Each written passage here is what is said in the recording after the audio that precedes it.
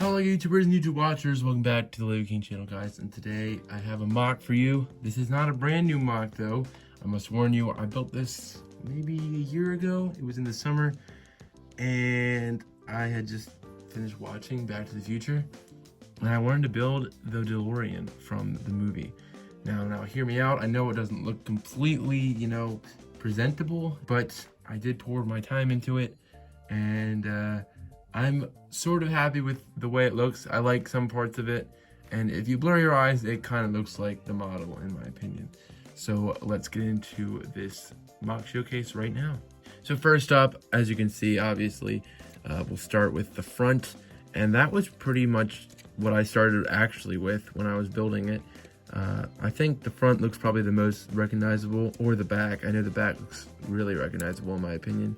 But as you can see, I did print out some, I guess, bumper plates or whatever, and the DMC logo. And as you can see, I just used some cheese wedges here in the front, and then put a bunch of bricks with the, what are they, ledge pieces or whatever, to make it kind of look like the front of a DeLorean.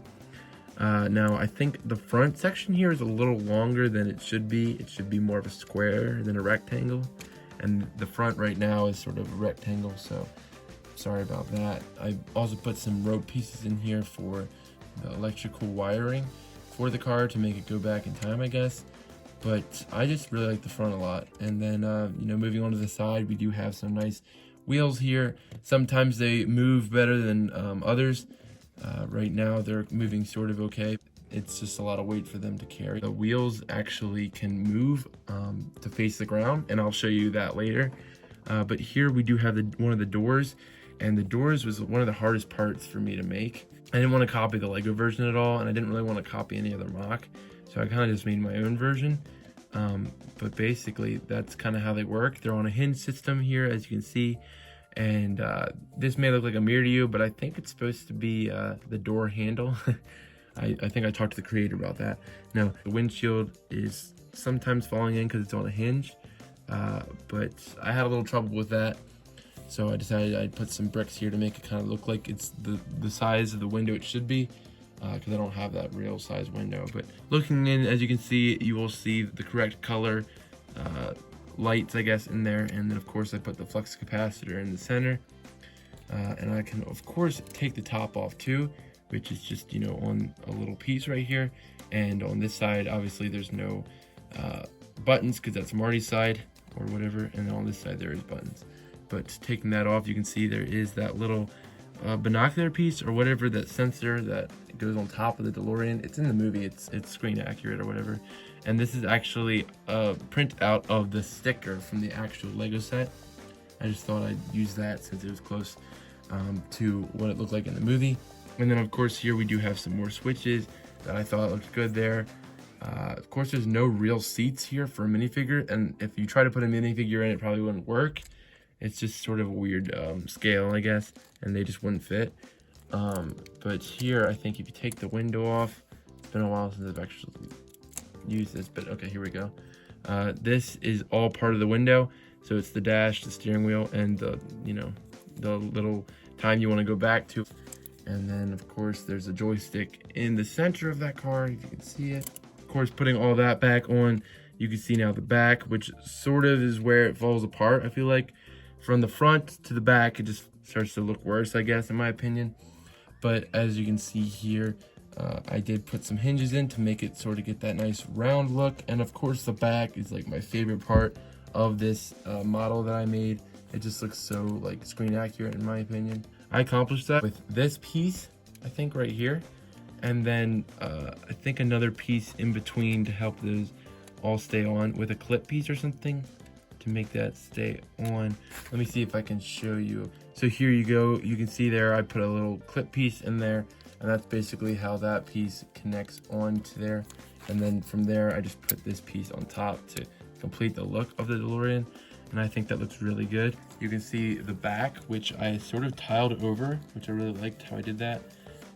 Just put some tiles in, I guess. And that made it so I could put this piece in the back without having any trouble when I put it in. So it just clicks in there, and as you can see, the tile is really nice and smooth at the bottom.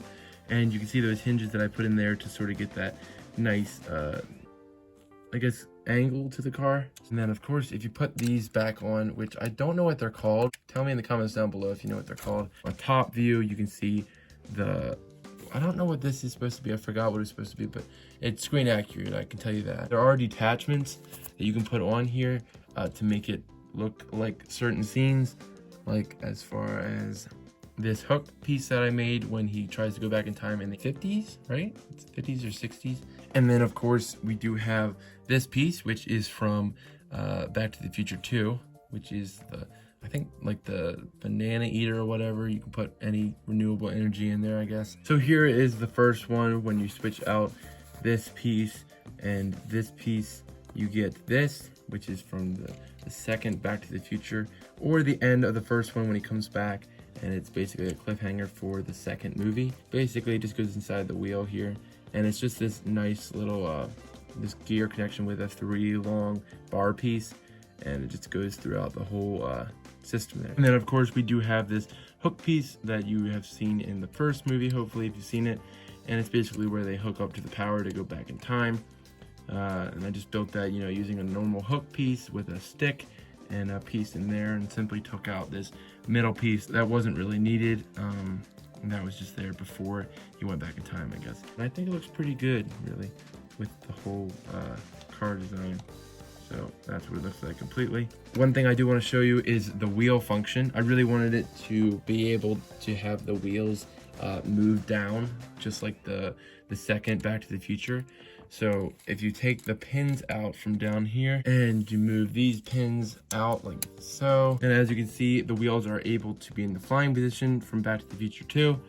And it's not the most sturdy situation of this MOC, I guess, but it does look cool. Of course, you can see the undersides of how that works, really. And yeah, I really like that part about the vehicle. So if you guys did enjoy this video, please give it an actual like, and don't forget to subscribe if you feel like it. Also, comment down below what your favorite part of the video was, or what your favorite part of this MOC is. And visit my Instagram, which will be linked down below in the description. And don't forget to tell me what your favorite Back to the Future movie is. And I'll see you guys next time on the LEGO King channel. Thanks for tuning in.